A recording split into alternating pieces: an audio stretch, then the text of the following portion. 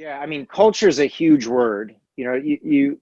Culture is what you do. It's not necessarily what you say, or it's not necessarily like the vision statement. And companies also don't have one culture either. There's many cultures in a company. There could be the kind of sales culture, and there can be a product management culture, and then engineering culture, and there's many of these things to it. A super tough question.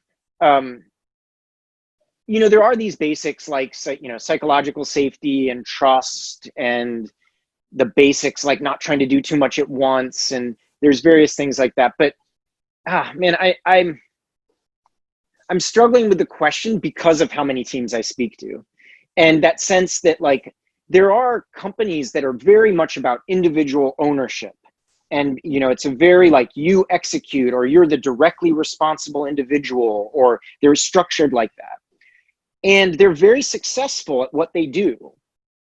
And then there's other companies which are much more consensus driven. It's like the team is basically 3 leaders or 4 or 5, or there's a like lead product person, lead designer, lead engineer, and they form a nucleus. And that's the same as the leadership of the company. At the top of the company, you have a CEO and CTO, and the chief design person, and it's very similar.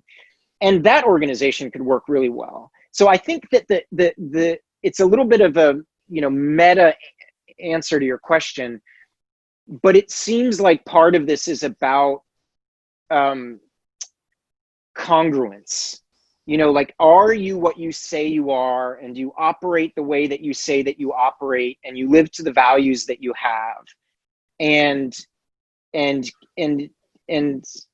yeah, there's that. And there's many companies that don't, they say one thing and do another, or they say they want autonomy for the teams and they don't give autonomy to the teams.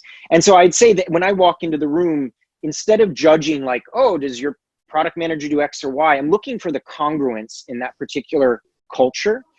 And the ones that seem to do better are congruent, that they tell a story across their company that remains true.